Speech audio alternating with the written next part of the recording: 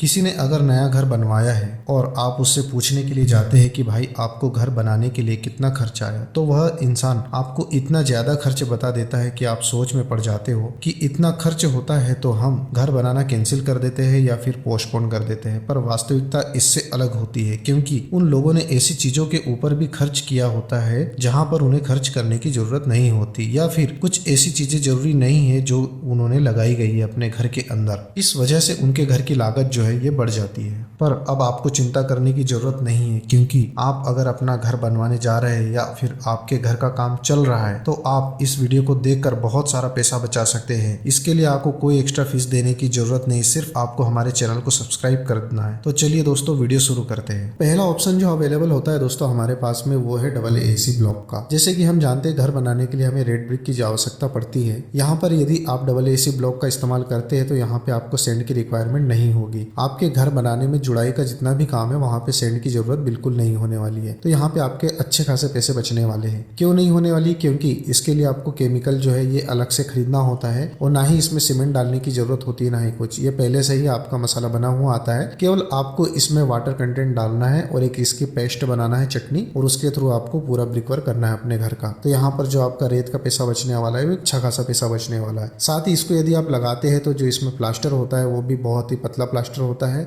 जिसके कारण आपको सैंड की रिक्वायरमेंट वहां पर भी कम पड़ने वाली है। यदि आप इसमें पनिंग कराना चाहें तो विदाउट सैंड के भी आप इसमें डायरेक्ट POP करके पनिंग करवा सकते हैं वॉल पे। तो यहाँ पे इसमें बहुत पैसे बचने वाले हैं आपको। साथ ही दोस्तों इन ब्लॉक्स को लगाने का एक और फायदा होता है लेबर चार्ज में। यदि आप ये वाले ब्लॉक्स लगाते हैं डबल AC, इनका साइज बहुत बड़ा होता है। 2 फीट बाई आपको ये 6 इंच में भी मिल जाएंगे, 1 बाई 2 फीट के भी मिल जाएंगे। इस तरीके के साइज होते हैं। ये आपको 6 इंच में मिल जाएंगे, 4 इंच में मिल जाएंगे, 8 इंच की थिकनेस में मिल जाएंगे। तो यहाँ पे फायदा ये होता है यदि आप एक एक ईंट को जुड़वाई करवाते हैं मिस्त्री से तो यहाँ पे काफी जो है कम स्क्वायर फीट का काम निकलता है टोटल एक दिन में। यदि आप ब्लॉक लगवाते हैं तो काफी हद तक आपका 2 गुना काम निकलता है मिस्त्री से। इस कारण इसमें जो लेबर चार्ज है यहाँ पे वो भी आपको बचता है। अगली जो चीज आ जाती है दोस्तों वो है हमारा सीमेंट। जब भी हम घर बनाते हैं तो हमारे दिमाग में चलता है कि यार हम उस ब्रांड का सीमेंट लगाएंगे तो हमारे घर की मजबूती ज्यादा होगी, बट ऐसा कुछ होता नहीं है दोस्तों। मुश्किल से सिर्फ 2 से 3% का ही डिफरेंस आता है एक ब्रांडेड सीमेंट में और एक नॉर्मल सीमेंट में। आप नॉर्मल सीमेंट लगा सकते हैं जो कि आपको 25 से 30 रुपए सस्ता पड़ेगा आपको ब्रांडेड सीमेंट के अलावा, क्योंकि जो पैकेजिंग होती है उसका भी काफी हद तक फर्क पड़ता है सीमेंट के इसमें। तो यहाँ पर जो है आप नॉर्मल सीमेंट लगाइए, बट आपको सिर्फ एक चीज का ध्यान रखना है कि सीमेंट जो है वो 3 महीने से ज्यादा पुराना नहीं होना चाहिए। आप जब भी बैग खरीदे सीमेंट का तो उस पे डेट ईयर मंथ लिखा होता है, उसे आप जरूर चेक कर लीजिए। 3 मंथ से पुराना आपका सीमेंट नहीं होना चाहिए। वहीं दोस्तों हम स्टील की बात करें तो आप जब अपना घर बनाते हैं तो स्टील के लिए आप सोचते हो कि मैं इस ब्रांड का स्टील ले लूं तो बहुत अच्छा होगा, या उसने अपने घर में उस ब्रांड का स्टील लगाया था तो बहुत अच्छा मेरे घर में मजबूती आएगी। बट ऐसा कुछ होता नहीं है। हालांकि यदि आप बहुत ही टॉप क्लास ब्रांड की बात करें तो हो सकता है वहां पे आपको 10% एडिशनल जो है टेंसाइल स्ट्रेंथ मिल जाए, बट लेकिन यदि आप यहाँ पे नॉर्मल स्टील भी लगाते हैं अपने घर के लिए, आपको कम नहीं करना है अपने घर के स्टील में। यदि आपके स्ट्रक्चर इंजीनियर ने आपको 10 mm, 8 mm और 12 mm, 16 mm जिस साइज में दिया है उतने ही का स्टील लेना है। बट यहाँ पे कंपनी में आप जो है यहाँ पे एडजस्टमेंट कर सकते हैं। जैसे कि आप एक हाई प्रोफाइल की कंपनी में न जाके एक ISI मार्क का भी स्टील परचेज। आपको स्टील के ऊपर एक चीज और देखना है, जब भी आप सरिया खरीदे तो सरिया के ऊपर लिखा होना चाहिए उसका और साथ में Fe 500 या Fe 500D। ये जो ग्रेड है ये सबसे बढ़िया ग्रेड है। इस ग्रेड का आप स्टील आवश्यक रूप से ले सकते हैं अपने घर के लिए। इस केस में भी आपको तकरीबन यहाँ पे 10% जो है आपकी कॉस्ट जो है वो कम होने वाली है स्टील और सीमेंट के इसमें। वहीं पर कुछ मकान मालिकों का ये ख्याल होता है दोस्तों कि मेरे घर में यदि मैं अधिक सीमेंट लगाऊंगा तो मेरा मकान जो है बहुत ज्यादा मजबूत होगा, बट ऐसा केस होता नहीं है। यदि आप बहुत ज्यादा सीमेंट मसाले में मिलाते हैं तो उसके भी कुछ नुकसान होते हैं। इसलिए आपको प्रॉपर ग्रेड का अपने घर में कंक्रीट लगवाना है। आपके घर के लिए एक उत्तम जो गुणवत्ता का कंक्रीट है वो M20 है। किसी ये इंडस्ट्री या कमर्शियल प्रोजेक्ट के लिए नहीं है रिकमेंडेड, बट हाँ यदि आप हाउस का कंस्ट्रक्शन कर रहे हैं तो वहां पे आप M20 के ग्रेड का इस्तेमाल कीजिए। यहाँ पे आपकी लागत भी कम आती है, साथ ही आपको स्ट्रेंथ भी बहुत अच्छी मिलती है। आप चाहे 2 मंजिल 3 मंजिल बहुमंजिला इमारत खड़ी कर लीजिए, आप M20 के ग्रेड का इस्तेमाल कर सकते हैं। ये M20 का मतलब ये होता है कि आपकी 20 न्यूटन पर mm² की आपकी स्ट्रेंथ होती है। वहीं दोस्तों कुछ ठेकेदार आपको ये सजेस्ट करते हैं या कुछ लोग ये सजेस्ट करते हैं कि आप अपने छत की जो मोटाई है वो ज्यादा रख दीजिए, जिससे आपके घर की मजबूती जो ज्यादा होगी, बट ऐसा इस केस में भी नहीं होता है। यहाँ पे जो एक आइडियल जो आपको स्ट्रक्चर इंजीनियर सजेस्ट करता है वो 5 इंच की मोटाई सजेस्ट करेगा आपके घर की स्लैब की मोटाई के लिए, तो आप उतना ही डलाइए। आपको एक्स्ट्रा 6 इंच डलवाने की जरूरत नहीं, क्योंकि यहाँ पे एक अच्छा खासा अमाउंट जो है आपको एक्स्ट्रा पड़ जाएगा। तो यहाँ पे 5 इंच की मोटाई ही आप छत की रखिए, तो यहाँ पे आपके पैसे भी बचेंगे और आपको किसी तरीके से आपको ये नहीं लगेगा कि आपका घर जो है कमजोर बन रहा है। वहीं दोस्तों